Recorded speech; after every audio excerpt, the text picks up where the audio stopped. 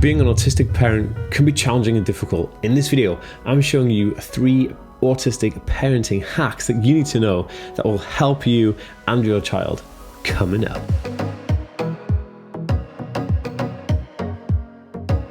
Hey guys, welcome back to the Asperger world. My name is Dan. I have Asperger's syndrome, ADHD, OCD, and dyslexia. I make weekly videos on this type of stuff. So if you are new around here and you want to learn more, remember to hit the subscribe button by clicking that notification bell. Also, if you're watching over on Facebook, make sure to give this page a like and a follow to see daily videos from me. Okay guys, in this video, I'm covering 3 hacks that I have found highly effective of being an autistic person taking care of a little child, and also I am going to give you a bonus tip right at the end of the video, so stay tuned for that. Okay guys, so at the beginning of every video I like to ask you guys to ask me questions on Instagram, and if you want a chance for me to read out your question from Instagram, go over to my Instagram account and actually follow me right now, and you'll be sure to know when I ask you to ask me questions, and you may be featured in a video just like this. Okay, so I'm just going to go to Instagram and pull up some questions here. Today's question from Instagram is from autism_aids_reviews, and they said, what are your top 3 stims? So the stims that I do a few different ones. I flick my fingers like this really quickly. I also like to tap my fingers like this. But I also have this weird stim where if I'm nervous or super excited, I kind of it's like my shoulders kick back, and then my head goes a bit, and I stretch forward, and my arms go to the side. Sometimes I hit my chest when doing it as well, which is really interesting. I've not seen many people do that one, but those are my stims, if you will. Okay guys, awesome to have you back here at the Asperger world for another video. I'm really pumped about this video. I have had so many questions of people saying Dan, I need to do questions and answers about autism and parenting, and videos on what it's like being an autistic parent and things like that. So if you don't know, I actually have a child. He is 11 months old right now. So I've had 11 months of kind of this steep learning curve for pretty much all the awesome things. But I actually have had to really learn new ways to deal with the challenges, because obviously being on the spectrum, I have hypersensitivity, I have issues with organization and executive function and things like that. So today I'm actually going to be sharing with you some secret kind of hacks that I've used and stuff that we've developed here just to help me deal with having a young child, because obviously you want to have the best possible chance of the child to have a good, solid, stable home, and you want to be the good and best parent you can be, because we're all people at the end of the day, and we're going to get stressed and we're going to have issues, but we all want to obviously do our best. Who wouldn't want to do their best? So here are my 3 tips. First one, this is above and beyond everything. This is so important. Okay, so I have sensory processing disorder as well, which means that I hear sounds that are super loud, more than typically people do. I also hear screams and loud noises way louder than they appear because of that hypersensitivity. Also touch and stuff, so I get hot when I'm kind of angry or kind of a bit overwhelmed. I get super hot and over the top, kind of it just gets crazy. I'm super sensitive to loads of things like smells, can't be around onions and garlic and things like that. So the other day, and this is something that happens all the time, so my child likes to scream just to make noise, because he's found his voice and he wants to scream as loud as he can and make all this noise, and so it kind of freaks me out, and I'm sitting there getting super triggered and super freaked. I'm I can't deal with it, the noise is overwhelming, and I didn't know how to deal with it for a long time. Then my partner Naomi was why don't you use your noise cancelling headphones? Now these things are Bose noise cancelling headphones. They're made by a company called Bose. This is how you spell it. And basically what they do is they're a digital kind of headphone that when you put them on, you flick this button and it sucks all the sound away from you, so there's completely no noise around you, and it just makes it so much easier. So if he's screaming or he's kind of being if he's being kind of difficult or whatever, all I have to do is kind of turn these on, and hey presto, everything's good, and I have no more noise from my child. Now a link for these headphones specifically will be in the description below, but one thing I should point out is that these are quite expensive. They are a bit on the pricey side, but they're very, very good. They're actually the number 1 headphones that I see a lot of people on the spectrum using. So if you are on the spectrum and you are having difficulties with noise around children, I highly advise getting these. I see more of an investment in your health, basically.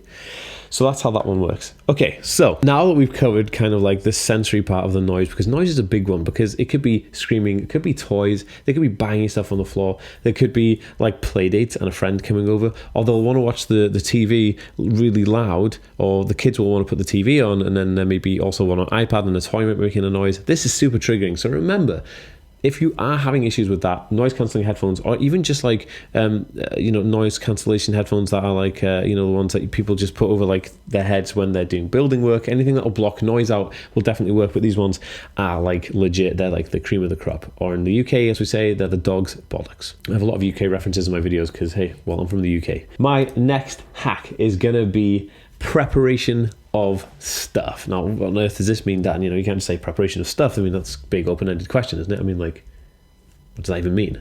So the preparation of stuff is basically this. So when, Naomi knows, so Naomi's my partner, so she knows like where things are. She knows like, oh, I'll just get a nappy from here, or like, he needs his nappy changing, so she'll know where to get the wipes from, and she'll know to get like the nappies if they run out, and she'll know what to do, and she'll know all the things basically without having to like prep them beforehand. She'll know kind of pretty much where everything is and just go and execute those things. But with me, it's kind of a bit more difficult because of my issues. I have an issue with kind of finding those specific things. It's not like my mind is consciously aware of thinking like, oh yeah, I'll go here to get those things because I know that if they run out, I'll go here. So what we do is we have a drawer in the living room, and we always we prep. Every night we kind of fill it up with nappies, and we put the wipes in there. And for any of you guys who don't know what nappies are, if you're in America, they're actually diapers, but we call them nappies here in the UK. So we put the nappies and the creams and all the stuff and all the medicines in this drawer, and also all his food stuffs are all kept in another cupboard, which is right next to the refrigerator. So we have those specific locations for those things that we'll need at any given time when dealing with him. So I know that I can go there for the food, or go there for the nappies and the medicines and all the other kind of stuff like bibs and things like that. So preparation to laying things out is proper, like, I can't stress how important this is. Guys, if you're enjoying this video, please give it a thumbs up. It's super helpful for me, and it makes a huge difference, this video, to gauge if you like this type of content, so I would know if you want to see more. So remember, if you want to see more of this type of video, put a thumbs up on this video.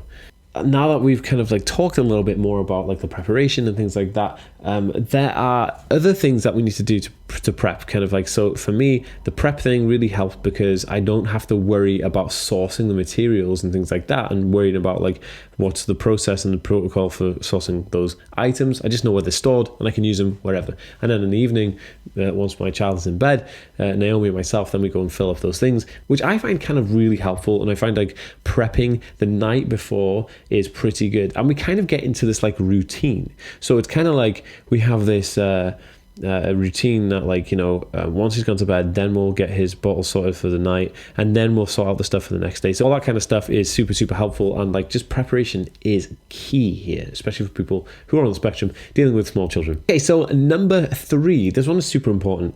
So basically what happens is Naomi will get up in the middle of the night with a baby every now and then. Maybe he'll get up like once or twice, and then she'll put him down to bed, and then he'll wake up at like 6:30 in the morning, sometimes like 5:30. So then I'll get up and I'll take him downstairs with me, and we'll play about and do stuff. And then he'll need to have specific things like breakfast at a certain time, or like he'll need to go down for a nap at a certain time. And I didn't know these things, right? Okay, so Naomi kind of just takes it as a given. She kind of gauges how he's acting to say, oh, maybe he's a bit hungry, oh, maybe he's a little bit upset, so maybe he wants to go down for a nap, or maybe he needs a cuddle. Or so it's difficult for me to kind of just judge those things, because I have a difficulty, and people on the spectrum have this alike, like I have a difficulty judging what another person is thinking, how they're acting, if they're happy, if they're sad, do they need a nap. Like, I don't know these things, they're not givens for me. So with my son, it's kind of like, how am I supposed to know all these things? So we devised a plan that specifically at certain times, roughly about 8 o'clock in the morning, he's going to want to have his breakfast, his yogurt and stuff like that, which is fine, and I know where it's kept, so I know how to get it. And so you can see how this all kind of ties in. So then we know that about 9:30, 10 o'clock, he'll want to go down for a nap and kind of like chill and relax, and probably nap for a good hour and a half, maybe 2 hours.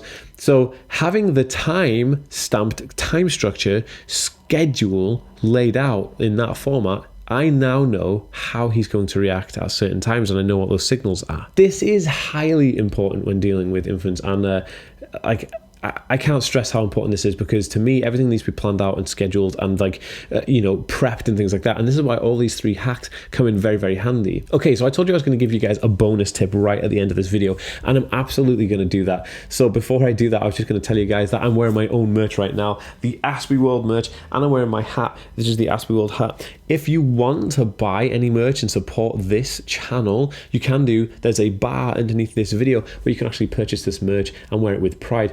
Also guys, if you want to see more content from me, I actually have a secret vlog, which basically means that I document my behind the scenes of my daily life, and I put out a weekly secret vlog for subscribers, members to my YouTube channel. So in the description below, there is a link to actually join the membership, and there's actually a join button underneath the video on YouTube itself, so you can join my club.